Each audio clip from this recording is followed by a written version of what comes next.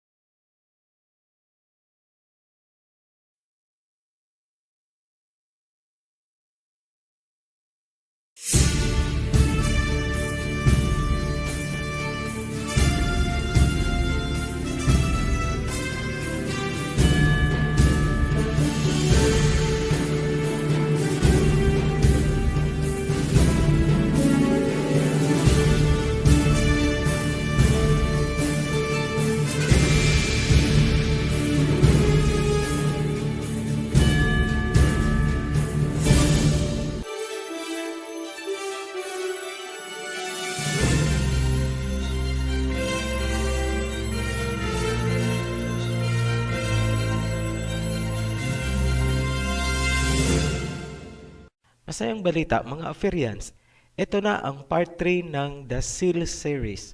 Sa mga hindi napanood ang part 1 at part 2, pakibalikan nyo muna para makarelate kayo dito sa pangatlo. Nasa description po ang link ng playlist. Tatalakayin natin dito ang pinakapopular na tawag natin sa Supreme Being. Bukang bibig ng mga Pilipino ang Diyos, Dios, Lord at God. At higit sa lahat ang salitang Jesus, Kristo, Heso Kristo at Kristo Jesus. Sa English ay Jesus Christ.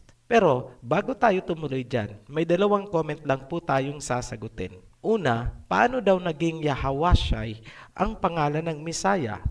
Yung contextual at historical aspect ay napaliwanag na natin sa part 2. Yung Hebrew text na lang ang lilinawin natin dito.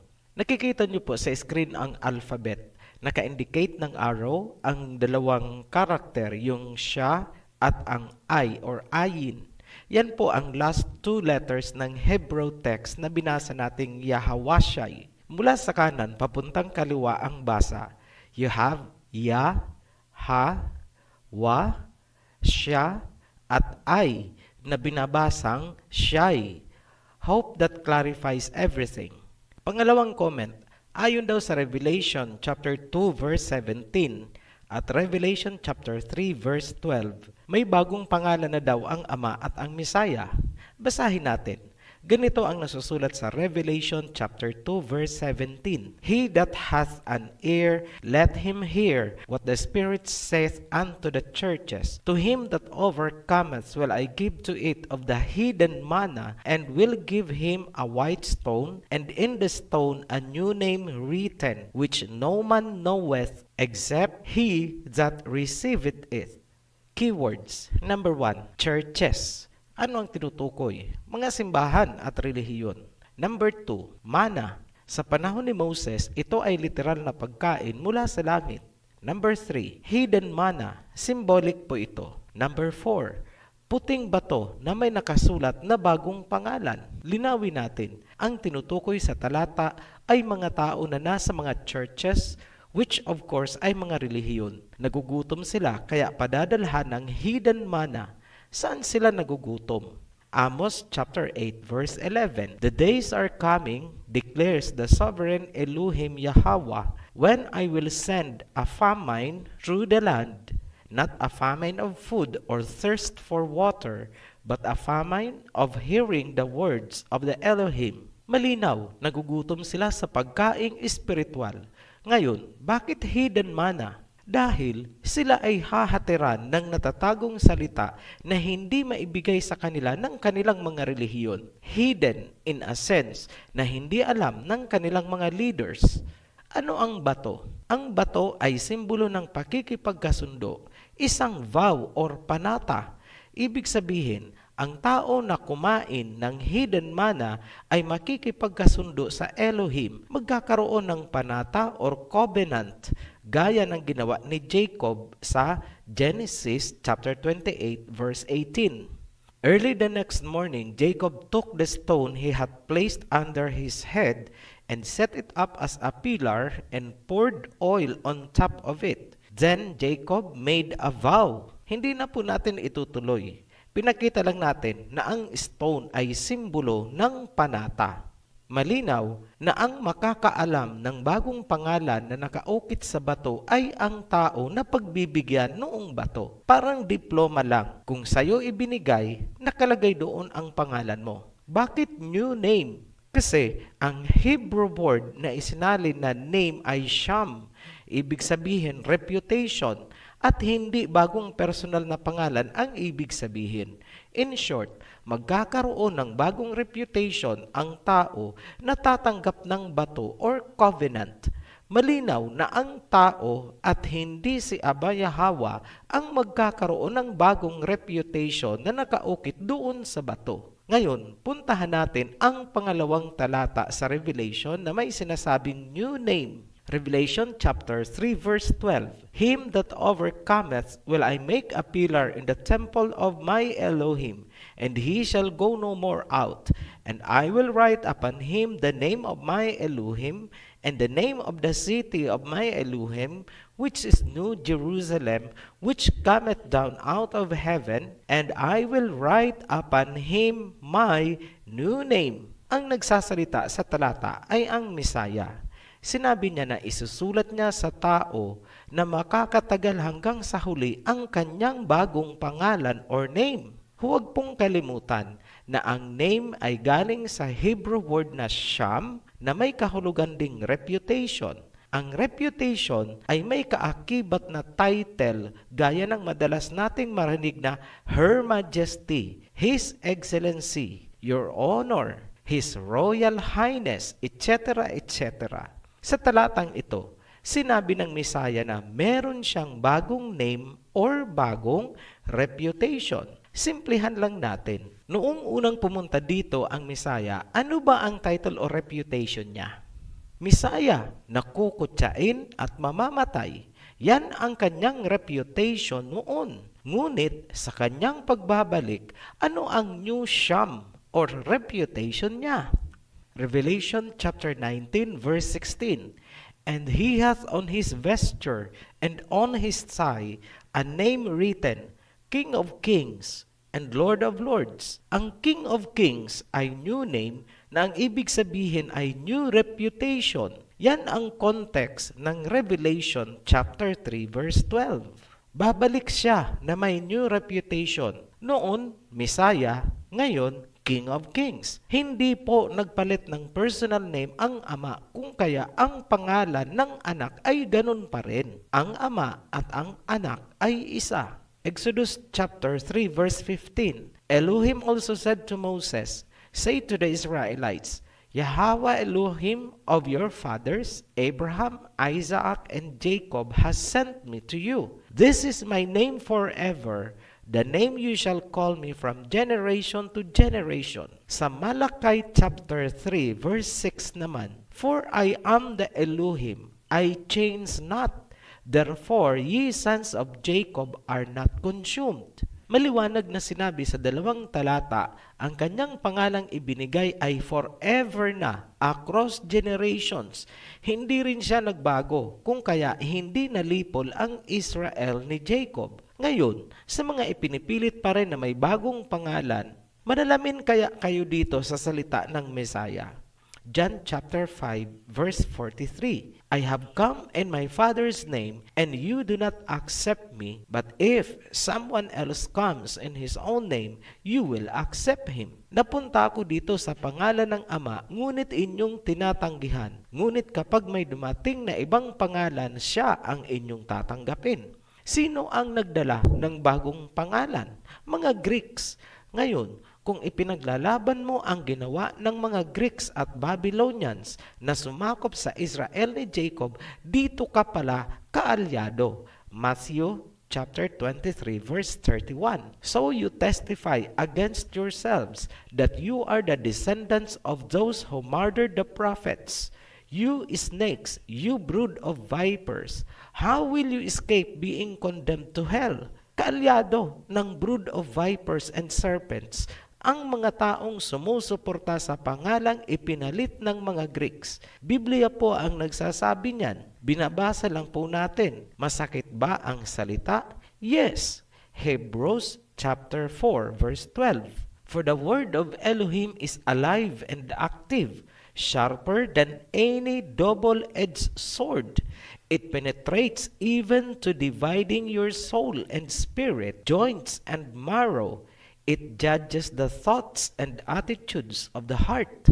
Ngayon, dumako na tayo sa pinaka-topic nitong video. Bukang bibig ng mga Pilipino ang Diyos ko kapag nasisindak o dili kaya ay nananalangin. Pero ano nga ba ang salitang Diyos or Diyos?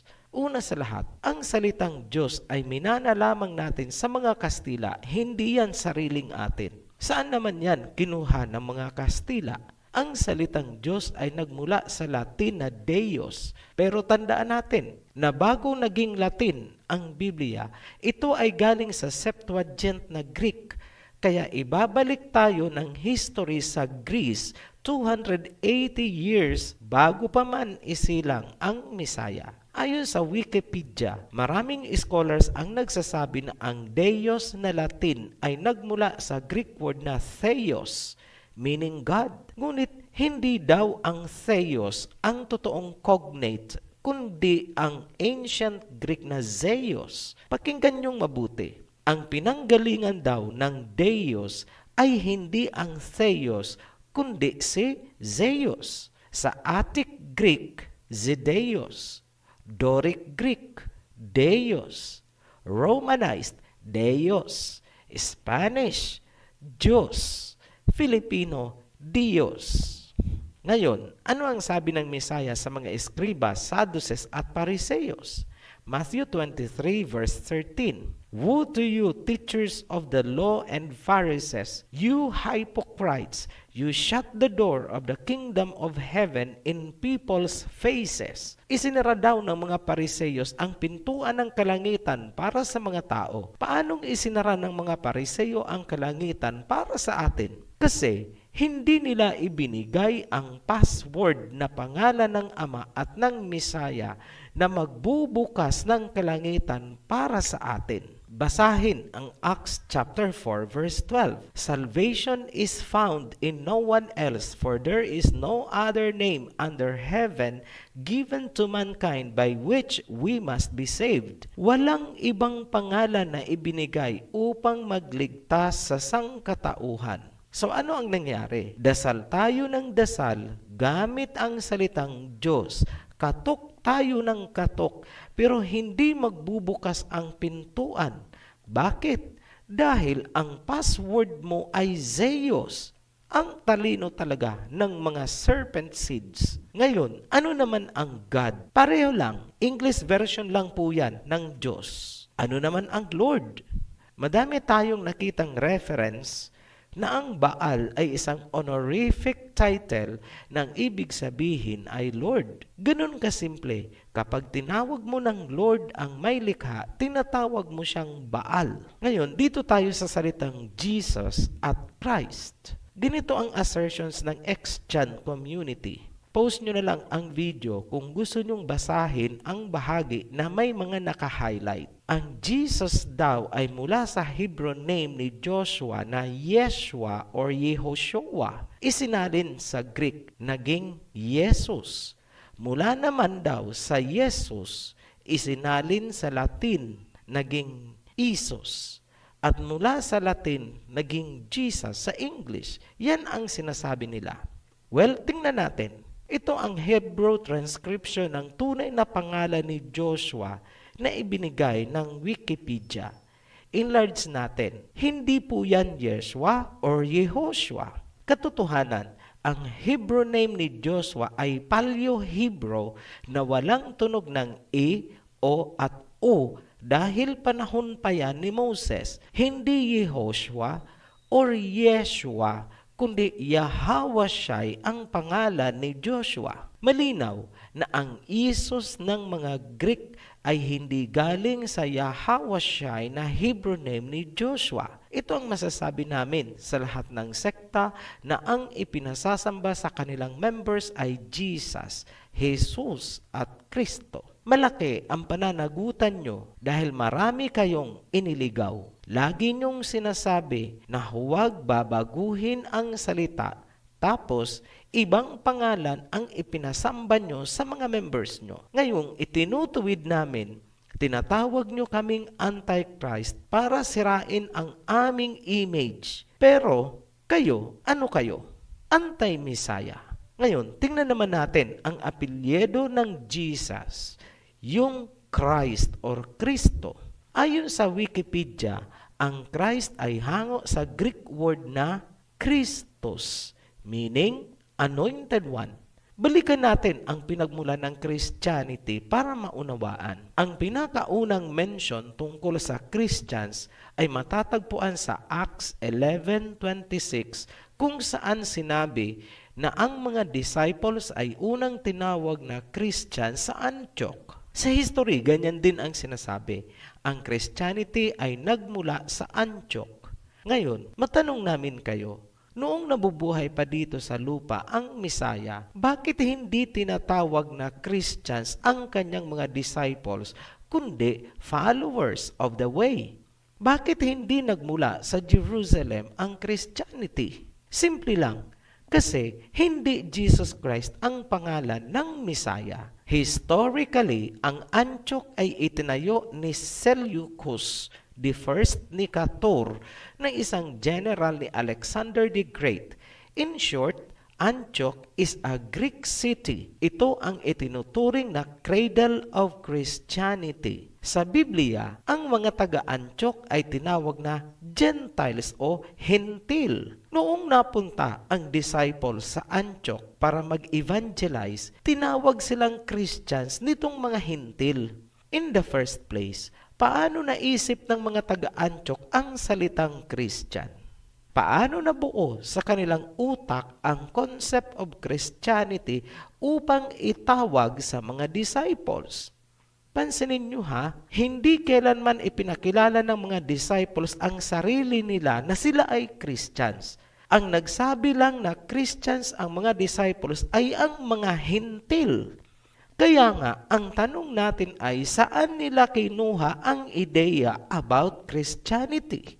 Mag-deductive analysis tayo. Ang Antioch ay isang civilization na itinayo ng mga Greek at tanging ang mga Greek ang pinagmula ng salitang Christos. I challenge you, hanapin nyo kung saan nagsimula ang salitang Christ. Ibabalik ka sa mga Greeks, Christos. Lumalabas din na ang concept of Christianity ay founded ng mga Gentiles sa Antioch. Proof from history, basahin nyo. Christians trace their roots from a community founded in Antioch. Ang buong Christianity ay hindi konektado sa Israel ni Jacob. Ginamit at inangkin lamang ang kwento ng Messiah at ng mga disciples. Ngayon, para hindi kayo malito, yung tinatalakay natin ay isang pagpapatunay na ang Jesus Christ at Christianity ay hindi rooted sa Hebrew Israelites ni Jacob. History proves na ito ay nagsimula sa Antioch, isang city ng mga Gentile Greeks. Back to modern day tayo. Kung ang Jesus Christ na sinasamba sa extant world ay hindi naman hango sa Messiah ng Israel ni Jacob, saan pala hinugot yang Esos? Tandaan natin ang sinabi ng tunay na Mesaya. I have come in my Father's name and you do not accept me. But if someone else comes in his own name, you will accept him. John chapter 5 verse 43. Malinaw na sinabi ng totoong Mesaya na may darating na pangalan na ipapalit or itatabon sa pangalan nilang mag-ama. Saan galing ang ibang pangalan? Malilinawan tayo kung susuriin natin ang mga emblems, logos, icons, at doctrines na bitbit ng Extant World. Unahin natin ang Sunday, the Lord's Day. Ito ang ipinalit sa totoong Sabbath day of worship na iniuutos sa Biblia. Pahapyaw lang po itong talakay natin about Sabbath kasi tatalakay natin yan ng hiwalay. Ayon sa Wikipedia, Sunday ang araw sa pagitan ng Saturday at Monday. Note, unti-unti nang inaalis ang definition ng Sunday bilang first day of the week. Sabbath keepers, watch out! Mararatel talaga kayo sa susunod naming ilalabas tungkol dyan sa Sabbath day. More than just the Sunday law ang topic na i-cover natin dyan. Ang Sunday ay banal na araw daw dahil ito ang day of resurrection. Mali po. Ang sabi sa Biblia, 3 days and 3 nights nakalibing ang Mesaya tulad sa 3 days and 3 nights ni Jonah sa loob ng isda. Basahin nyo ang Matthew chapter 12 verse 40. For as Jonah was 3 days and 3 nights in the belly of a huge fish, so the Son of Man will be 3 days and 3 nights in the heart of the earth. Ano pong ibig sabihin? 3 days and 3 nights siya sa libingan. Simpleng pagbibilang. Kung ang Mesaya ay namatay at inilibing ng Biyernes Santo ng gabi, bilangin nyo nga po ang 3 days and 3 nights para malaman kung anong araw talaga ang day of resurrection. Mula Friday ng gabi hanggang Saturday ng gabi is count 1. Sunday ng gabi ay count 2. Monday ng gabi ang pang 3 days and 3 nights. Ibig sabihin, ang day of resurrection ay hindi Sunday, kundi Monday ng gabi. Aba, kahit hindi nakatungtong ng elementarya, basta marunong magbilang sa daliri, makikita niya agad na hindi Sunday ang pang 3 days and 3 nights mula sa Biyernes Santo. Maliwanag na ang ipinalalabas na kabanalan daw ng Sunday ay walang kaugnayan sa day of resurrection. Common sense, magbilang sa daliri. Ngayon, ano ang totoo? Ito, first paragraph, highlighted. In Roman culture, Sunday was the day of the sun god. It was the center of the popular cult among Romans. Magagalit na naman kayo? Ayon mismo sa isang church father, si Saint Jerome, na nagsali ng Latin Vulgate Bible, kanyang dineklara. Ang sinabi niya, if pagans call the Lord's Day, Day of the Sun, we willingly agree, for today, the light of the world is raised. Today is revealed the Sun of Justice with healing rays. Maliwanag sa salita ni Saint Jerome na ang Sunday ay isang banal na araw sa mga pagano at siya ay umaayon dito dahil ang rays daw ng sun ang nagbibigay ng liwanag, justice at kagalingan. In short, ang Sunday worship ay sun worship at hindi nauugnay sa sinasabi nilang resurrection. Ang katibayan na ang Christianity ay sun worship ay makikita sa mismong pinaka-emblem ng Christendom. Yan ang Christogram, araw na may mga ray. Sa loob ng araw nakaukit ang IHS na pinaikling Latin ng pangalang Isos. Sa English, Jesus. ang Greek Isos Christos ang misaya nila sa sun worship every Sunday. The emblems, logo, and practices speaks loud and clear across history. How can you deny it? Ngayon, paano ba makalaya sa paganong pagsamba na ito? Simple lang. Una, tangkilikin mo ang tunay na pangalan ng Ama at ng Misaya dahil walang ibang pangalan na ibinigay upang iligtas ang sangkatauhan.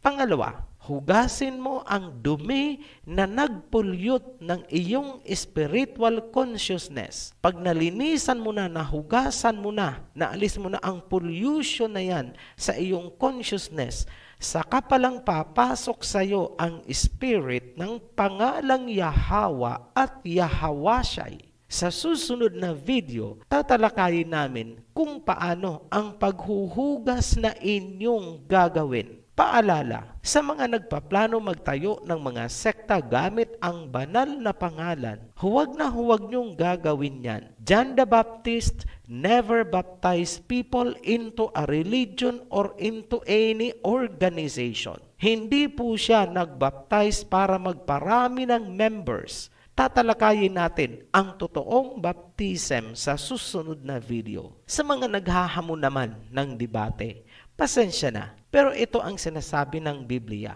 Matthew chapter 7 verse 6. Do not give to dogs what is sacred. Do not throw your pearls to pigs. If you do, they may trample them under their feet and turn and tear you to pieces. Huwag ibigay sa mga aso ang isang banal na bagay o sa mga baboy dahil aapak-apakan lang nila yan at yuyurakan.